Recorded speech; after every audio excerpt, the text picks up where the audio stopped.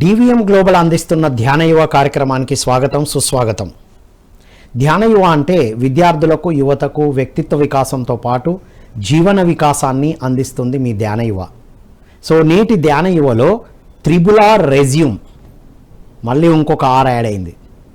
Okay, so ఏమిటి త్రిబులార్ cinema చూసాం కదా, మరి ఇక్కడ త్రిబులార్ రెజ్యూమ్ ఏంటి, రెజ్యూమ్కి త్రిబులార్ ఎలా సూట్ అవుతుంది అనేది ఈరోజు మనం ఈ ఎపిసోడ్ ద్వారా తెలుసుకోబోతున్నాం. దివ్య స్పోకెన్ ఇంగ్లీష్ హైదరాబాద్ వారి ఓన్ ఇన్స్టిట్యూట్ని స్థాపించి స్పోకెన్ ఇంగ్లీష్ కోచ్గా soft skills and ills trainings online and ఆఫ్లైన్లో అందిస్తూ ఉంటారు. వారే ఇంగ్లీష్ కోచ్ రమ్య గారు. వారితో మాట్లాడి అద్భుతమైన విషయాలు తెలుసుకుందాం. నమస్కారం మేడం. నమస్తే sir. Welcome to Dhyana Yuva. Welcome. Very interesting ఉంది name, triple R resume. Yes sir. ఏంటి మేడం చెప్పండి, అసలు రెజ్యూమ్ అంటే ఏంటి, రెజ్యూమ్ ఏంటి, బయోడాటా ఏంటి, ప్రొఫైల్ ఏంటి, ఈ మూడిటికి మధ్యన డిఫరెన్స్ ఏంటి? తప్పకుండా సార్. త్రిబులార్ రెజ్యూమే అని ఎందుకు ఇచ్చాము అంటే అసలు ఆర్తో అంటే రెజ్యూమే స్టార్ట్ అయ్యేదే ఆర్ వర్డ్తో కదా. సో ఆర్లో ఉండాల్సిన ఏమేమి ముఖ్యమైన అంశాలు ఉన్నాయో తెలుసుకోవడానికి త్రిబులార్ అనే అంశాన్ని యాడ్ చేశానండి. రైట్. అండ్ రెజ్యూమే అనే వర్డ్ని మనం ప్రొనౌన్స్ చేయడంలో ఇది ఫ్రెంచ్ వర్డ్ అండి. యాక్చువల్లీ ఫ్రెంచ్ నుంచి తీసుకున్న వర్డ్. దీని మీనింగ్ ఏంటంటే సమ్మరైజింగ్ ఎవ్రీథింగ్. అంటే ఒక వ్యక్తి యొక్క అంశాలని, అంటే వాళ్ళ యొక్క ఒక ప్రొఫెషనల్ అండ్ పర్సనల్ డాక్యుమెంట్ లాగా అనుకోండి. ఒక డాక్యుమెంటరీ, ఒక బయోపిక్ ఎట్లాగో మనం ప్రీవియస్ దాంట్లో డిస్కస్ చేసాం కదా, ఏంటి ప్రొఫైల్ అని చెప్పేసి, దానికి ఒక కాంబో లాగా పనిచేసేదే ఇది. ఓకే. సో ప్రొఫైల్లో మనం ఏది అయినా రాస్తాము అనుకోండి, దానికంటూ ఒక ఎజెండా అట్లాంటివి ఏముండవు. బట్ మనం ఏదైతే రెజ్యూమే రాస్తామో దానికి ఒక ఎజెండా ఉంటుంది. ఎజెండా కంప్లీట్గా జాబ్ పాయింట్ ఆఫ్ వ్యూలోనే రాస్తాం. ఓకే. జాబ్ పాయింట్ ఆఫ్ వ్యూలో రాయాలి అంటే ఫస్ట్ ఇది ఏంటి అంటే ఒక పర్సనల్గా ఒక పర్సన్ యొక్క document of academic and experience and achievements. ఓ, మూడు కలిస్తే రెజ్యూమే. ఒక మనిషి యొక్క, ఒక వ్యక్తి యొక్క రెజ్యూమే అంటే అతని యొక్క educational and experiences and extra curricular activities, ఈ మూడు యొక్క సంయోగమే రెజ్యూమే.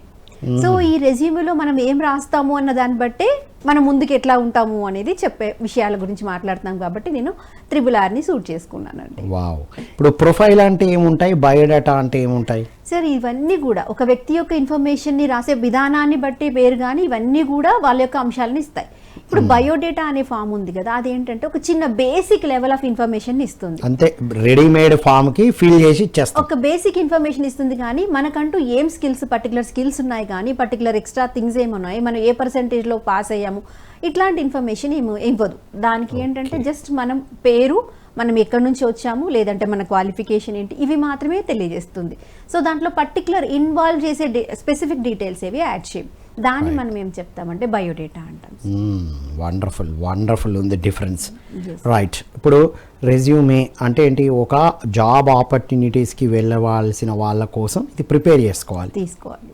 రైట్, చెప్పండి. రెజ్యూమేని మనం మాట్లాడితే ఏమనుకుంటారంటే ప్రతి ఒక్కరు ఒక మాట ఏంటంటే నేను రెజ్యూమే పంపిస్తున్నాను, రెజ్యూమే సెండ్ చేస్తున్నాను అని చెప్తారు. కానీ రెజ్యూమేలో ఏం పెడితే అది రెజ్యూమే అవుతుంది అన్నది ఈరోజు అంశం మనకి. రైట్. ఓకే, మీరు ఇందాక చెప్పినట్టు బయోడేటా ఫామ్ అంటే అందులో స్పెసిఫిక్ డీటెయిల్స్ యాడ్ చేయం కదా, మరి రెజ్యూమేలో ఏం స్పెసిఫిక్ డీటెయిల్స్ యాడ్ చేస్తాం, అసలు దాని ఫార్మాట్ ఏంటి? అసలు మీరు ఇందాక అడిగినట్టుగా ఒక బయోడేటాకి, రెజ్యూమేకి, ప్రొఫైల్కి డిఫరెన్స్ ఏంటి? ఇంకొక అడ్వాన్స్డ్ వర్డ్ ఏంటంటే కరిక్యులం విటే. సివి ఉంది. ఇవన్నీ కూడా మొత్తం అంతా అంటే మనం ఒక జాబ్కి అప్లై చేసే ప్రతి వ్యక్తి రాయాల్సిన అంశాలు. సో ఇందులో బేసిక్ ఇన్ఫర్మేషన్ కోసం రాసేదానేమో బయోడేటా అంటాం. కొంచెం ఇన్వాల్వ్ చేసి దాని మనకంటూ స్పెషలైజ్డ్ స్కిల్స్ ఏమైనా ఉన్నాయని రాసేదాన్ని మనం రెజ్యూమే, చేసేదాన్ని రెజ్యూమే అంటాం. అండ్ నెక్స్ట్ ఇంకా అప్గ్రేడెడ్ వర్షన్లో వచ్చేది కరిక్యులం విటే అండి. అందరూ కరిక్యులం విటే అంటే సివి అనే వర్డ్ని మనకు కదా. So curriculum vitae is in detail explanation. In the sense that may be any number of pages. In detailed means మీరు ఎన్ని నెంబర్ ఆఫ్ పేజెస్ రాసుకోవచ్చు. ఎట్ ద సేమ్ టైం మీరు ఏం రాసినా దానికి రిలేటెడ్ ఒక డిస్క్రిప్షన్ ఇవ్వాల్సి ఉంటుంది. అంటే మీరు ఏ జాబ్ చేశారు, ఎన్ని సంవత్సరాలు చేశారు, ఏమేమి అడ్వాన్స్మెంట్లు తీసుకొచ్చారు, ఏమేమి అంటే మీకున్న అచీవ్మెంట్స్ ఏంటి, మీరు ఎంత డ్రా చేశారు అన్న ఇన్ఫర్మేషన్ కూడా సివిలో ఇవ్వాల్సి ఉంటుంది. So critical analysis of everything your information is comes under CV అండి. మరి ఇప్పుడు రెజ్యూమే ఎప్పుడు మనం సబ్మిట్ చేయాల్సి ఉంటుంది? సివి ఎప్పుడు సో రెజ్యూమే ఎప్పుడు స్టార్ట్ చేస్తామంటే ముందు నేను చెప్పేది వర్డ్ ఏంటంటే RESUME. ఈ వర్డ్ని రెజ్యూమ్ అని ప్రొనౌన్స్ చేస్తారు, రెజ్యూమే అని ప్రొనౌన్స్ చేస్తారు. సో మనము మన వ్యక్తి యొక్క వివరాలు పంపించేదాన్ని రెజ్యూమే అని ప్రొనౌన్స్ చేయాలండి. రెజ్యూమ్ అంటే ప్రారంభించడము అని వస్తుంది. రెజ్యూమ్ అంటే starting. So we have to resume to a resume. రెజ్యూమేని స్టార్ట్ చేయాలి. దానికి రెజ్యూమే టు రెజ్యూమే అంటే ఫస్ట్ మనం ఏం చేయాలంటే మన ఇన్ఫర్మేషన్ ఎలా ఇస్తే మనకి ఏం ఆపర్చునిటీస్ వస్తాయి, అదే రెజ్యూమే అండి. And that should be organised. ఒక ఫార్మాట్లోకి వెళ్ళాలి. ఏ ఫార్మాట్ అంటే మనకి క్రొనలాజికల్, ఫంక్షనల్ అండ్ హైబ్రిడ్, ఈ 3 ఫార్మాట్స్ ఉన్నాయి. సో ఒక్కొక్క ఇన్ఫర్మేషన్ అంటే మనం కావాల్సిన జాబ్ గురించి కావచ్చు, మనం వెళ్ళాల్సిన దాని గురించి మనం దీనిలో రాసే విధానంలో చేంజెస్ వస్తాయి. ఓకే. అండ్ ఒక రెజ్యూమే రాయాలంటే ఫస్ట్ 3 పార్ట్స్ అనుకుందాం. First top out face part అనుకుంటే అక్కడ మన వ్యక్తి మన అంశాలు, మనం ఏంటి పర్సనల్ డీటెయిల్స్. అప్పుడు మన పేరు, లేదంటే కాంటాక్ట్ డీటెయిల్స్, మన యొక్క ఫోటో, అవసరమైతే ఫోటో, ఇవన్నీ విషయాలు వచ్చి మన ఫేస్ షీట్. ఆ నెక్స్ట్ వచ్చి మన అచీవ్మెంట్స్ కానీ, మన స్కిల్స్ కానీ, లేదంటే మన ఎక్స్పీరియన్సెస్ కానీ యాడ్ అయ్యేది సెకండ్ ఫేస్ ఆఫ్. సో అందులో మనం ఏం యాడ్ చేయాలి అంటే ఏ వే ఆఫ్లో మన ఇన్ఫర్మేషన్ యాడ్ చేస్తామో దాన్ని బట్టి అది క్రొనలాజికల్, ఫంక్షనల్, హైబ్రిడా. మీరు ఒక ఎక్స్పర్ట్ని కనెక్ట్ అయ్యారనుకోండి, ఆ ఎక్స్పర్ట్ చెప్తారు మీరు ఫ్రెషర్ అయితే మీరు ఇది రాయాలండి, మీరు ఎక్స్పీరియన్స్డ్ అయితే ఇలా రాయాలి, లేదు మీరు ఒక జాబ్ నుండి ఇంకో జాబ్కి వెళ్తున్నారు, కొత్త ఫిమ్లోకి జంటర్ అవుతున్నారంటే మీరు ఇది రాయాలి.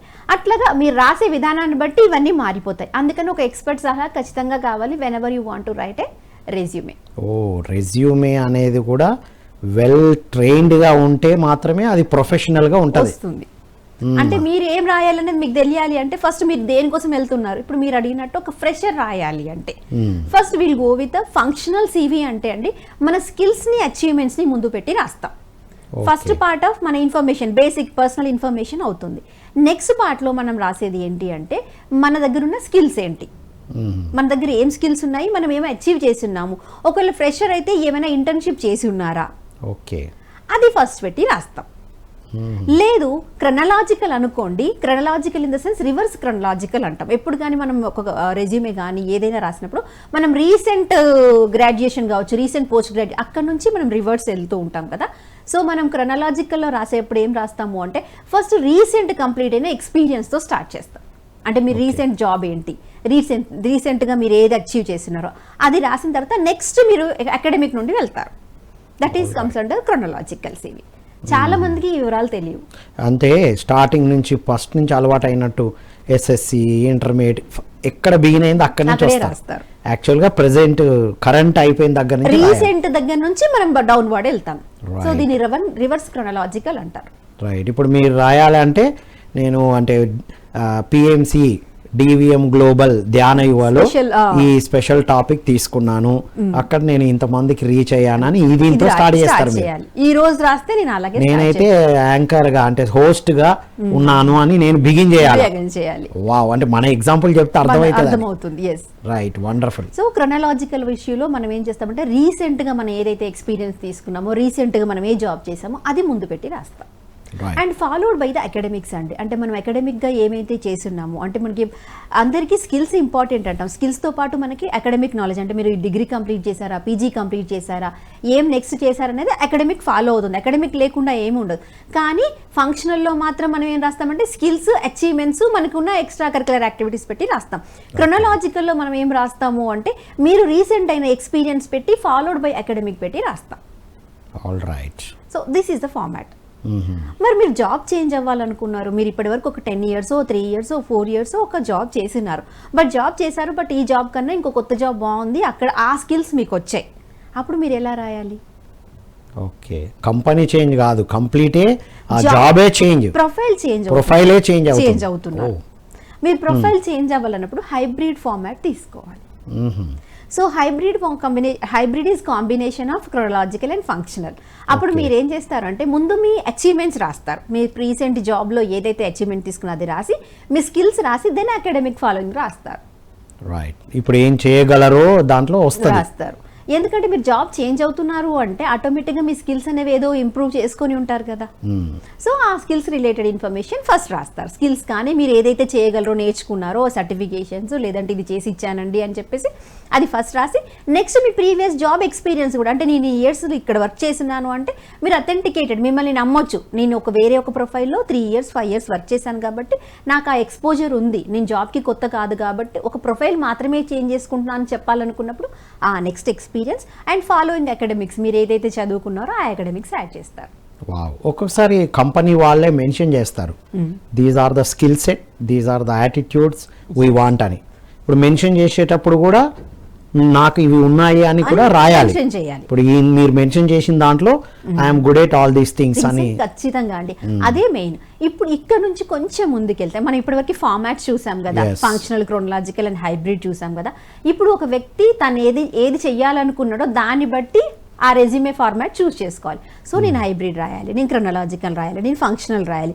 సో నేను జాబ్ చేంజ్ అవ్వాలంటే నేను హైబ్రిడ్ రాయాలన్నమాట. ఇది ఎవరికి తెలియదు. సో నార్మల్గా ఇప్పుడున్న జనం అంతే, అందరు ఏం చేస్తున్నారంటే నాకు ఒక ఫార్మాట్ దొరికింది, ఎక్కడో గూగుల్లో ఓపెన్ చేస్తే ఒకటి వచ్చేసింది, అది ఓపెన్ చేసుకున్నామా, మన ఇన్ఫర్మేషన్ యాడ్ చేసామా, పంపించేసామా, అండ్ ఫైనల్ వర్డ్ ఏంటంటే నాకు జాబ్ రావట్లేదు, లేదంటే నాకు ఫాలోఅప్ కాల్స్ రావట్లేదు. మోస్ట్లీ ప్రాబ్లం ఎక్కడ వస్తుందంటే మనం ఏదో ఒకటి చేసేసి గూగుల్ని అడిగి పంపించేస్తాము, ఆ తర్వాత రెస్పాన్స్ రాకపోతే డే బై డే మనం లో కాన్ఫిడెంట్ అయిపోతాం, ఇన్కాన్ఫిడెంట్ అయిపోతాం. ఎందుకని అంటే జస్ట్ బికాస్ ఆఫ్ మనకు తెలియదు నేను చేసేదానికి ఇది పెట్టాలి, ఈ వర్డింగ్ యాడ్ చేయాలని. అండ్ వన్ మోర్ థింగ్, మీరు ఇందాక వర్డ్ అన్నదానికి నేను చెప్తాను, అప్లికెంట్ ట్రాకింగ్ సిస్టమ్ మనం లాస్ట్ సెషన్లో డిస్కస్ చేసాం, ATS అని చెప్పేసి. ఇది ఒక సాఫ్ట్వేర్ అండి. ఈ సాఫ్ట్వేర్ ఏం చేస్తుంది అంటే ఆ కంపెనీ ఏదైతే జాబ్ కోసం రిక్వైర్మెంట్ పెట్టిందో ఆ రిక్వైర్మెంట్ రిలేటెడ్ కీవర్డ్స్ దానికి యాడ్ చేస్తుంది.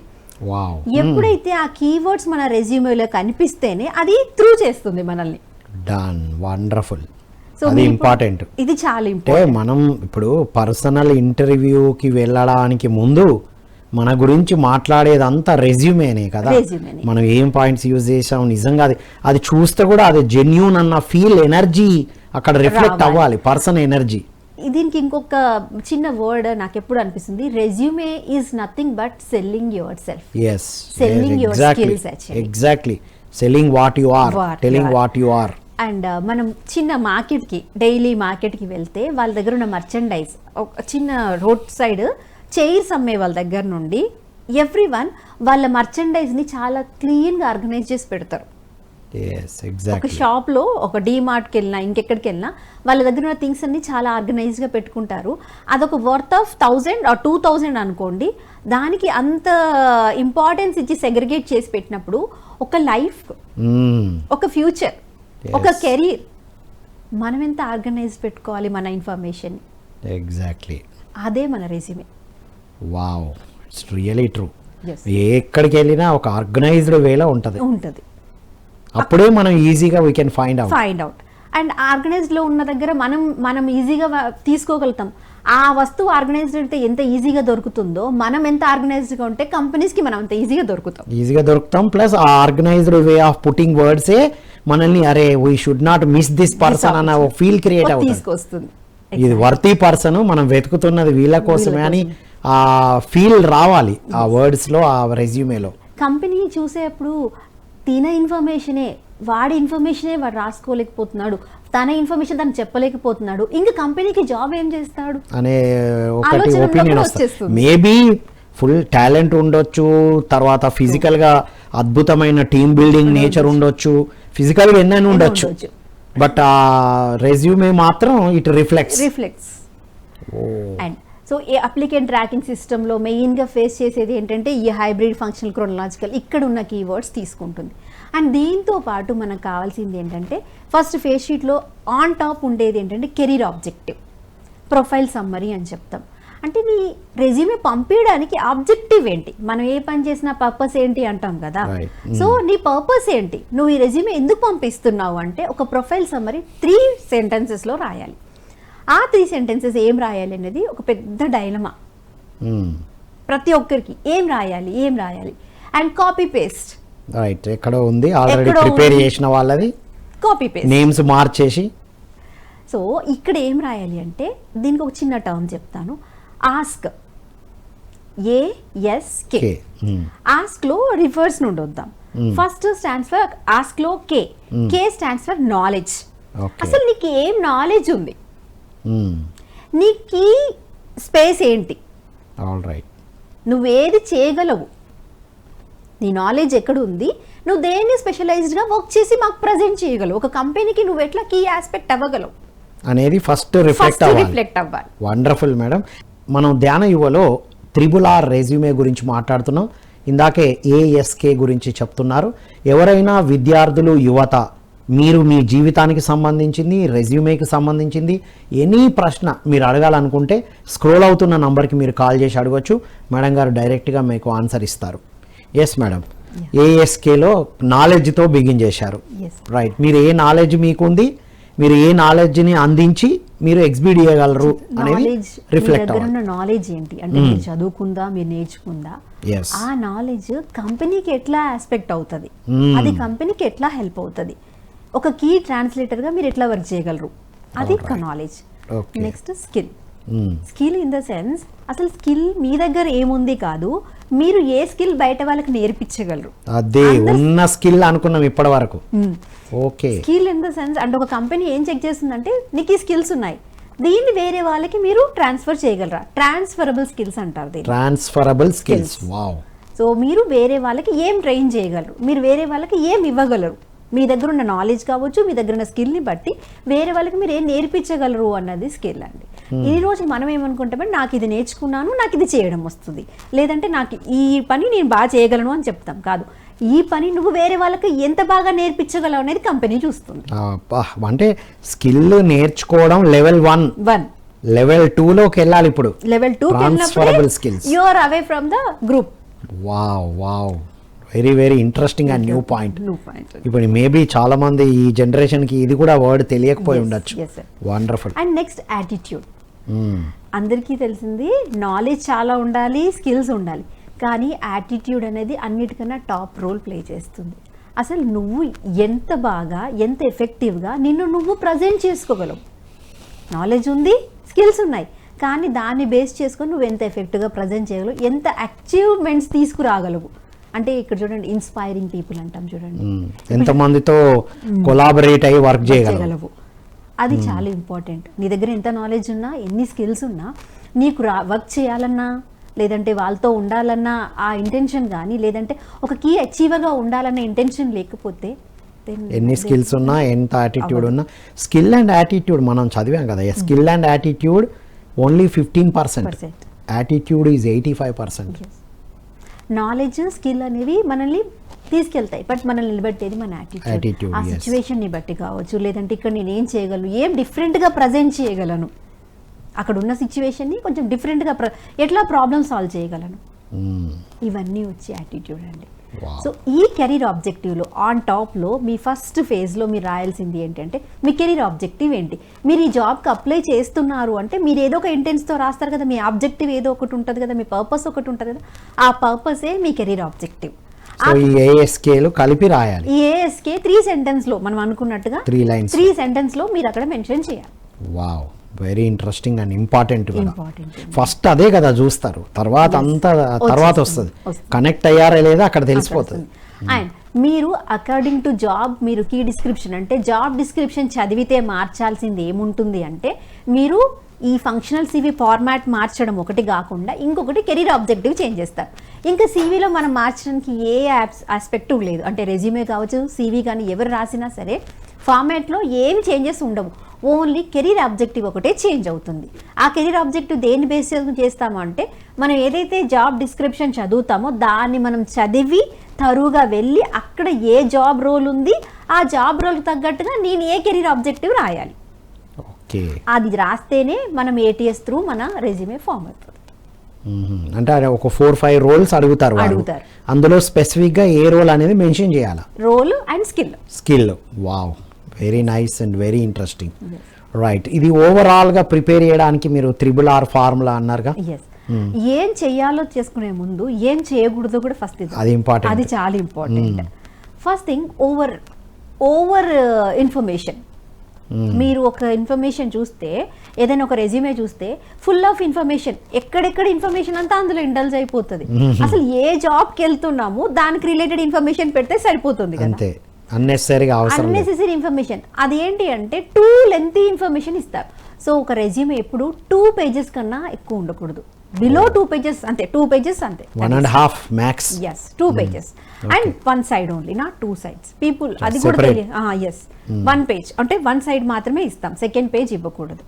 2 pages లో ఇవ్వాలి, 2 pages కన్నా ఎక్కువ ఎక్సీడ్ అవ్వకూడదు. సివి మీరు ఎన్ని పేజెస్ అయినా ఇవ్వచ్చు, ఎంత లెంతీ ప్రాసెస్ అయినా రావచ్చు, ఎంత ఇన్ఫర్మేషన్ ఓవర్లోడ్ ఇచ్చినా అది ఓకే. బట్ రెజ్యూమే మాత్రం 2 pages కన్స్ట్రెయిన్ అవుతుంది. Wow. And font size, font size also important. Text size, font style. ఇంకా మన వాళ్ళకి ఇప్పుడు చాలా ఎక్కువ నాలెడ్జ్ వచ్చేసింది కాబట్టి ఏ స్టైల్గా ఉంది అంటే, నేను అట్రాక్టివ్గా కనిపించాలని ఎలా అయితే మనం డ్రెస్సెస్ ట్రై చేస్తామో అట్లాగా అన్ని ఫాంట్స్ ట్రై చేస్తారు. నో, మనము ఒక టాపిక్ ఏదైతే ఫస్ట్ తీసుకున్నామో దాన్ని మాత్రమే కంటిన్యూ చేయాలి, హోల్ థింగ్స్. ఫస్ట్ స్టార్టింగ్ ఏదైతే లెటర్స్ ఉన్నాయో సేమ్ అదే ఒక్కొక్క వేలో ఉండకూడదు. అంటే మనం ఫాంట్ ఏదైతే ఫస్ట్ సెలెక్ట్ చేసుకున్నామో ఆన్ టాప్ మన నేమ్ దగ్గర ఏ ఫాంట్ స్టైల్ ఉందో అదే ఫాంట్ స్టైల్ మొత్తం రెజ్యూమే అంతా కవర్ అవ్వాలి.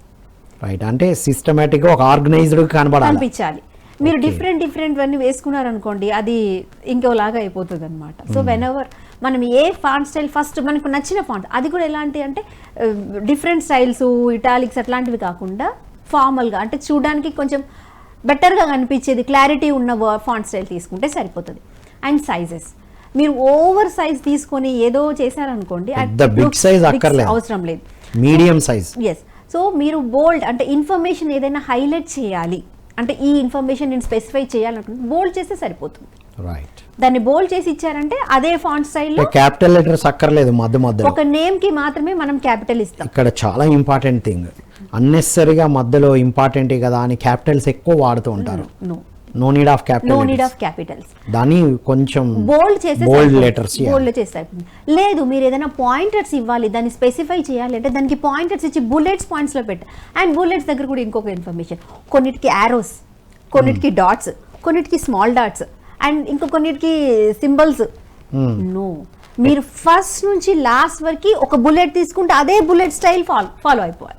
ఓకే, ఒక దగ్గర యారో పెడతారు, ఇంకో దగ్గర మనకి చాలా ఎమోజీస్ రెడీగా ఉన్నాయి, అన్ని పెట్టేస్తారు. స్టైల్ గా ఉండాలని అస్సలు చూడొద్దు. లేదు, style is not necessary. And ATS కి కావాల్సింది మళ్ళీ ఇక్కడ చెప్తున్నాను, ఏటీఎస్ కి ఏం కావాలంటే ఒక వర్డ్ ఫార్మాట్ లో కానీ ఒక పీడిఎఫ్ ఫార్మాట్ లో నార్మల్ గా ఉన్న ఒక టెక్స్ట్ మాత్రమే తీసుకుంటుంది.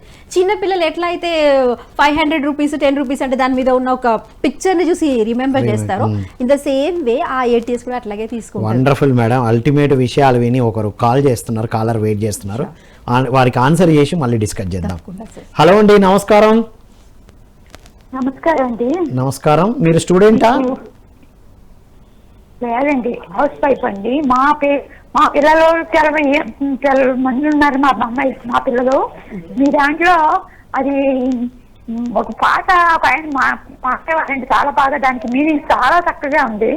ఆ పాట కనుక వాళ్ళకి వింటుంటే మొత్తం మెడిటేషన్ లోకి ఫాలో అవ్వాలని ఎంతో ఆశ అనిపిస్తుందంట. చేస్తా ఉంటారు, మళ్ళీ ఆ పాట అయిపోయిన తర్వాత మళ్ళీ మర్చిపోతున్నారండి. ఆ పాట కావాలని చెప్పి వాళ్ళంతా అడగమంటున్నారు. ఏ పాట అండి అది? అదే కాదు, మీరు మేడం గారితో ఏమైనా అడుగుతారా? మేడం రెజ్యూమే గురించి చెప్తున్నారు, ఎలా రెజ్యూమ్, మీ పిల్లలు ఏం చేస్తున్నారు? స్టూడెంట్స్ అండి మా పిల్లలు. అదే మీరు ఏదో సాంగ్ అన్నారు కదా, మెడిటేషన్ లోకి ఆ పాట వింటుంటే మెడిటేషన్ లోకి వెళ్ళిపోవాలని ఎంతో ఆశ. వాళ్ళు అదే ఎన్బి తినకూడదని.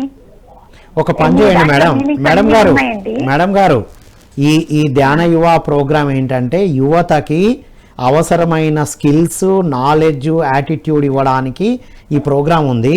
మీరు అడిగేది ఏదో తర్వాత ప్రోగ్రామ్ అయిన తర్వాత ఇదే నంబర్కి కాల్ చేసి మీ అమ్మాయికి ఏ సాంగ్ అనేది చెప్పమనండి. లేదా వారికి సాంగ్ గుర్తుంటే పిఎంసి తెలుగు లేదా పిఎంసి మ్యూజిక్, పిఎంసి ఇంగ్లీష్, ఈ మూడిట్లో సెర్చ్ చేస్తే వారికి కావలసిన సాంగ్ వస్తుంది. PMC pyramid valley, PMC valley అని కూడా ఉంటుంది. ఈ 4 యూట్యూబ్ ఛానల్స్లో వెతికితే మీ పిల్లలకు కావాల్సిన సాంగ్ వస్తుందండి. ఆల్ రైట్, అది వెతకమనండి. Thank you. Right, so call అడగమన్నామని వారి ఇంట్రెస్ట్తో. Yes madam. ఫస్ట్ అది చెప్పాను కదా, 2 పేజెస్ కన్నా ఎక్కువ లెంత్ తీసుకోకూడదు. అండ్ ఫాంట్ సైజ్ వచ్చి నార్మల్ టెక్స్ట్ లాగా ఉన్నది మాత్రమే ఏటీఎస్ని తీసుకోగలదు. సో దానికి రిలేటెడ్గా మనం ఏది రోమన్ అది ఉంటుంది కదా, అది తీసుకుంటే సరిపోతుంది. అండ్ ఏదైనా ఇన్ఫర్మేషన్ని మనం స్పెసిఫై చేయాలంటే దాన్ని బోల్డ్ చేసుకున్నాం అనుకోండి, ఆటోమేటిక్గా అది విజిబిలిటీకి వస్తుంది. అండ్ సెక్షన్ వైజ్గా డెసిషన్ కావాలి. ఇప్పుడు చూడండి, మనం ఫస్ట్ పర్సనల్ ఇన్ఫర్మేషన్ అనుకున్నాం కదా, ఒక ఇన్ఫర్మేషన్. దాని నెక్స్ట్ ఏదైతే మనం క్రొనలాజికల్ ఫంక్షన్ అనుకున్నామో అక్కడ నుంచి మనం ఏం చేయాలి అంటే అదొక సెక్షన్ లాగా డివైడ్, అంటే దాన్ని ఒక లైన్తోనూ ఒక బార్తోనూ సపరేట్ చేసుకోవాలి. సెక్షన్ వైజ్గా దాన్ని ఇచ్చుకోవాలి. Then move on to font colours. ఫాంట్కి ఎప్పుడు కూడా ఏ ఫాంట్ డిఫరెంట్ కలర్స్ ఇవ్వదు, జస్ట్ ప్లెయిన్ బ్లాక్ కలర్ సరిపోతుంది. కొంతమంది కలర్స్ బ్యాక్గ్రౌండ్ కలర్స్ చేంజ్ చేస్తూ ఉంటారు. సింగిల్ కలర్ బ్లాక్ బదులు సింగిల్ కలర్ బ్లూ, అంతా blue somewhat acceptable blue color, ఎందుకంటే ఎడ్యుకేషనల్ పాయింట్ ఆఫ్ వ్యూలో blue is acceptable. And white paper పైన బ్లాక్ లెటర్స్ ద అల్టిమేట్, దాన్ని మించిన విజిబిలిటీ ఉండదు.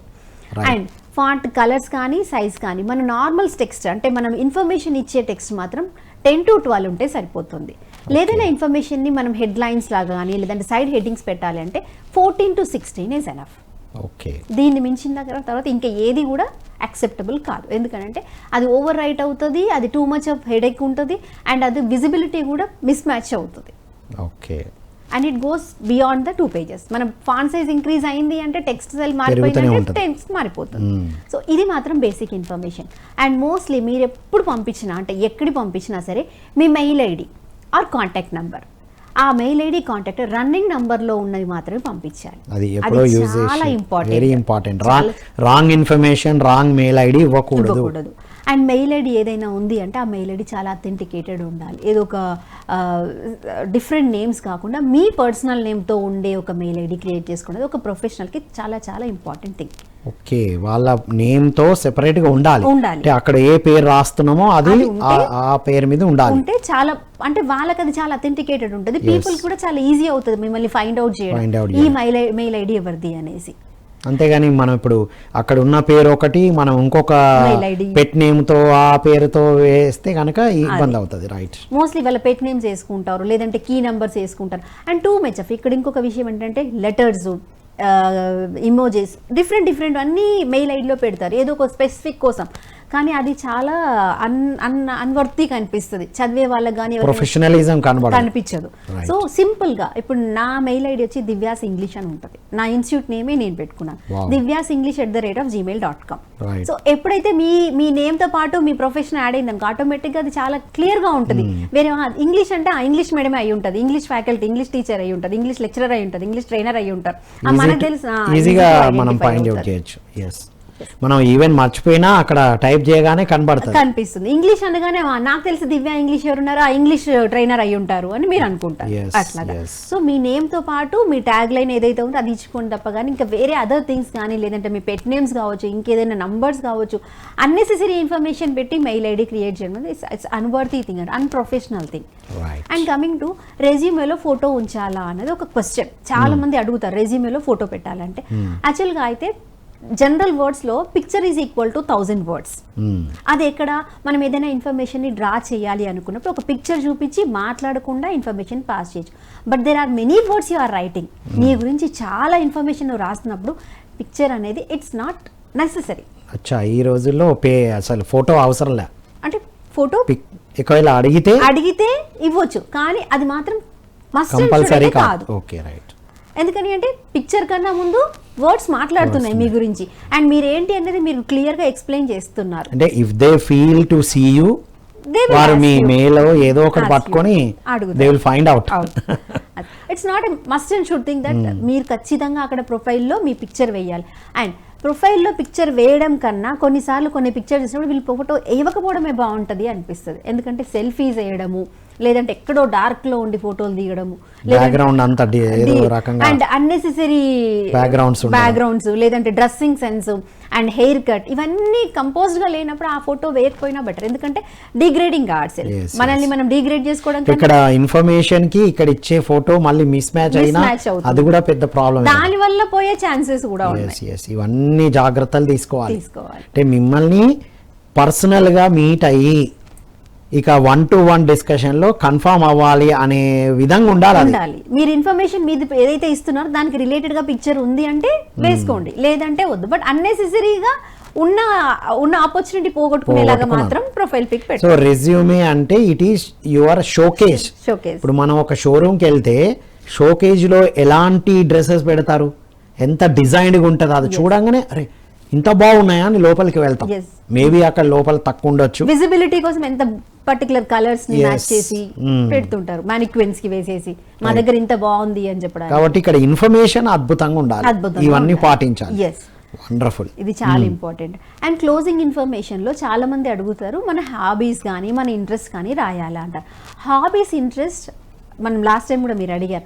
హాబీస్ ఇంట్రెస్ట్ మీ ప్రొఫైల్కి రిలేటెడ్గా ఉన్నవి, అంటే మీరైతే జాబ్కి వెళ్తున్నారో అందులో ఉన్న మీ ఆ జాబ్కి రిలేటెడ్గా మీ ఇంట్రెస్ట్ ఉందంటే పెట్టండి. కానీ అది unnecessary watching TV, playing cricket waste, అది ఎప్పుడో విన్నాం కాబట్టి రాయొద్దు. రాసారా దాని మీద క్వశ్చన్ అడుగుతారు. ఓకే, ఇప్పుడు లీడర్షిప్ క్వాలిటీస్ కావాలి అంటారు. బుక్ రీడింగ్ ఉంటే రీడింగ్ బుక్స్, లేదా I read this book, sense of leadership, DNA of leadership, ఈ బుక్స్ మెన్షన్ చేసినా బెటరే కదా. కానీ అది రిలేటెడ్ అన్రిలేటెడ్ థింగ్స్, అవి unnecessary information. Right, in case అక్కడ ఇస్తే అది మీకు ఉంటే రాయాలి, క్రియేట్ చేసి రాయకూడదు. అది మీకు యాడ్ ఆన్ అవుతుందంటేనే రాయాలి, లేదంటే అవసరం లేదు. ఎందుకంటే అన్నెసెసరీగా ఉన్న ఇన్ఫర్మేషన్ అది స్పాయిల్ చేస్తుంది. అది కాక హాబీ రాస్తే ఏదో మంచి హాబీ అన్నారని దాని మీద క్వశ్చన్ అడిగితే కూడా ఆన్సర్ చేసే కెపాసిటీలో మనం ఉండాలి. దాని మీద ఒక 1 minute మాట్లాడే. మీరు ఒక మూవీ గురించి చూస్తానన్నా ఎవరు మూవీస్ చూస్తారు, ఏ మూవీ చూస్తారు, రీసెంట్ మూవీ గురించి చెప్పండి అని అడిగినా కూడా మాట్లాడు. ఒకసారి అయితే కొంతమంది డాన్స్ అంటే డాన్స్ చేయండి, సింగర్ అంటే పాడండి అని కూడా అడుగుతారు. అంతే కదా, వాళ్ళని టెస్ట్ చేయాలి. ఓ మై గాడ్, ఖచ్చితంగా. అండ్ ఇంకొకటి ఏంటంటే మనం ఏదైనా ఒక ఇన్ఫర్మేషన్, మనం ఏదైనా రీసెంట్గా ఏదైనా వర్క్ చేసి ఉన్నాం అనుకోండి, దానికి రిలేటెడ్ ఇన్ఫర్మేషన్, మన అచీవ్మెంట్స్, మనం ఏదైనా ఒక సోషల్ సర్వీస్ చేసాము, లేదంటే ఎక్కడైనా మనం ఒక వాలంటీర్ వర్క్ చేసాము, అది యాడ్ చేయొచ్చు. అది యాడ్స్ వాల్యూ లైక్ ఎనీథింగ్. మీరు వాలంటీర్ చేశారు ఒక సో అండ్ సో ప్రోగ్రామ్లో, మీరు వాలంటీర్గా ఉన్నారు, వస్తుంది. నేను రీసెంట్గా ఒక అమ్మాయిని చూసాను. ఆ అమ్మాయి నా స్టూడెంట్ వర్ష అని చెప్పేసి. అంటే వర్షకి ఏంటంటే కొంచెం లాంగ్ హెయిర్ ఉంటుంది ఆ అమ్మాయి. సో ఆ అమ్మాయికి ఏంటంటే ఆ హెయిర్ ప్రాబ్లమేటిక్గా అనిపించింది. దాన్ని ఏం చేసింది, ఆ అమ్మాయి డొనేట్ చేసింది. డొనేట్ చేయడం వల్ల అమ్మాయికి ఒక సర్టిఫికేట్ వచ్చింది. ఓకే, అయితే ఆ అమ్మాయి నన్ను అడిగింది, మేడం నాకు ఈ సర్టిఫికేట్ వచ్చింది, నేను ఏం చేసుకోవాలి, వేస్ట్ కదా అని.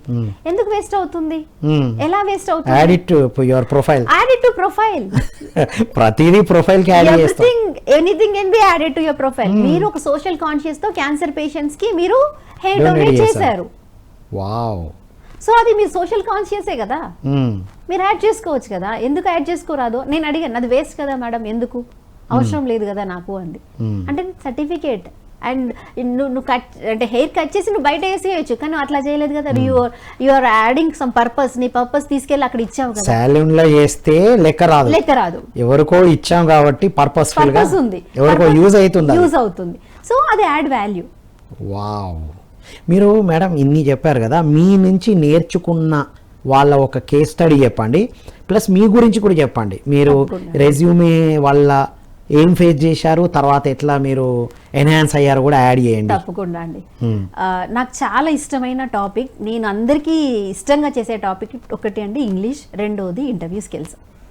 ఇంటర్వ్యూ స్కిల్లో నాకు చాలా బాగా ఇష్టం ఏంటంటే రెజ్యూమే రాయడం చెప్పడం.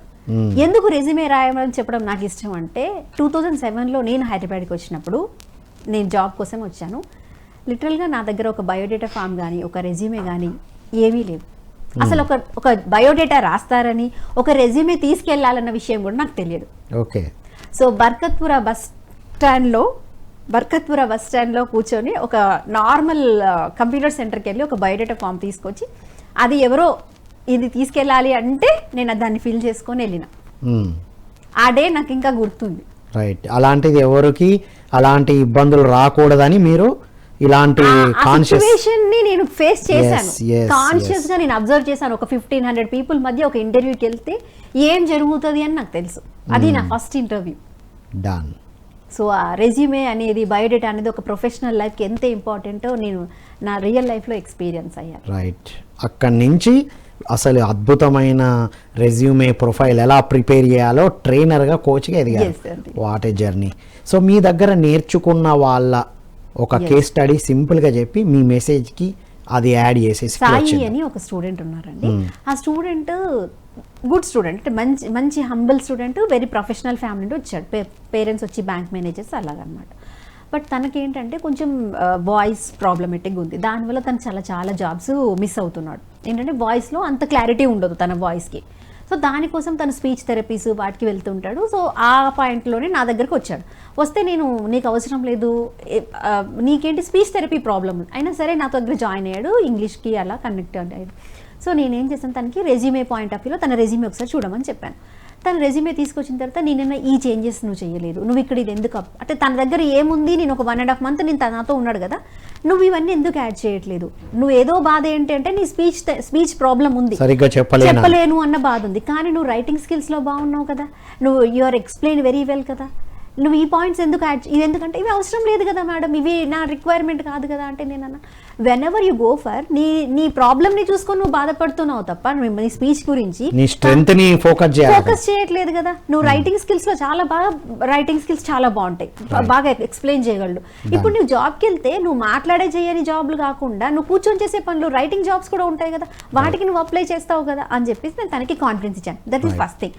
ఆ తర్వాత తను ఒక 2-3 ఇంటర్వ్యూస్ అటెండ్ చేస్తే he got the job also. తను నాకు నా స్టూడెంట్స్ అందరి ముందు చెప్పిన విషయం ఏంటంటే, నేను ప్రీవియస్ అటెండ్ అయిన ఇంటర్వ్యూస్కి ఈ ఇంటర్వ్యూస్కి చాలా difference just because of madam అని చెప్పాడు ఆయన. Congratulations madam, that is what is wonderful. Yes. So మీరు ఒక సర్వీస్ ఓరియంటెడ్గా వచ్చి మన ఛానల్కి వచ్చి ఇది చెప్పడం అనేది really Thank you, worth it madam, really we appreciate you. Thank you, sir. And finally your message to youth. Message అండి, ఇప్పుడు స్టూడెంట్స్కి కానీ ప్రొఫెషనల్స్ కానీ ఎవరైతే రెజ్యూమే రాయాలనుకుంటారో, RRR అన్నాం కదా, first research about your job, your company and your skills. ఈ 3 చేయకుండా జాబ్కి వెళ్ళొద్దు. First research on you, research on the job and research on the market also. ఈ 3 చేసినప్పుడే నువ్వు జాబ్కి ఫిట్, లేదంటే అన్ఫిట్.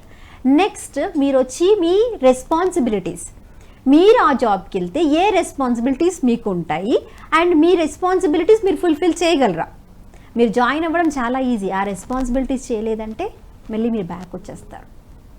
అండ్ మీరు రాసేదంతా రీడబుల్గా ఉందా, వేరే వాళ్ళకి అది అర్థమవుతుందా, మీరు ఏ ఆస్పెక్ట్తో ఏ ఆబ్జెక్టివ్తో రాస్తున్నారో అది రీచ్ అవుతుందా, రీచబుల్ అంటాం. నెక్స్ట్ లాస్ట్ వన్ రిజల్ట్, మీరు ఏ ఇంపాక్ట్ ఇవ్వగలరు, మీరు రిసోర్స్ఫుల్లా, మీరు ఆపర్చునిటీ ఇస్తే ఏం చేయగలరు, మీరు రిసోర్స్ఫుల్లా, మీరు రిజల్ట్ ఓరియంటెడా, మీరు ఏ రిజల్ట్ వాళ్ళకి ఇవ్వగలరు అనేది చాలా ఇంపార్టెంట్. ఈ 3 ఆర్ట్స్ పెట్టుకొని మీ రెజ్యూమే రాస్తే రెజ్యూమ్ టు ఒకసారి సింపుల్ గా రిపీట్ చేయండి. RRR ఫస్ట్ వచ్చి మీరు ఏం చేయాలి, రీసెర్చ్ చేయాలి. Next result, responsible, all right. Resumes. ఈ RRR ని కరెక్ట్ గా బేస్ చేసుకుని ఇందాక మీరు చెప్పిన అన్ని ఫాలో చేస్తే ఎవ్రీబడి కెన్ సక్సెస్. మనకు అంటే వీక్నెస్ల మీద కాకుండా స్ట్రెంగ్త్ మీద ఫోకస్ చేయడానికి ఈ రెజ్యూమే ఉపయోగపడుతుందని నాకు అర్థమైంది madam. Thank you so much. Thank you sir. So ఇది my dear students, youth of India and the world, విన్నాం కదా, ఇది రెజ్యూమే రాసే విధానం. ఈ మేడం గారు చెప్పిన విషయాలతో పాటు వారితో మీరు డైరెక్ట్గా ట్రైనింగ్ తీసుకొని కూడా నేర్చుకోవచ్చు. దివ్య స్పోకెన్ ఇంగ్లీష్ బిఎన్ రెడ్డి నగర్లో హైదరాబాద్లో ఉంది. మేడం గారు వారి నంబర్ కూడా చెప్తారు, 9000761651.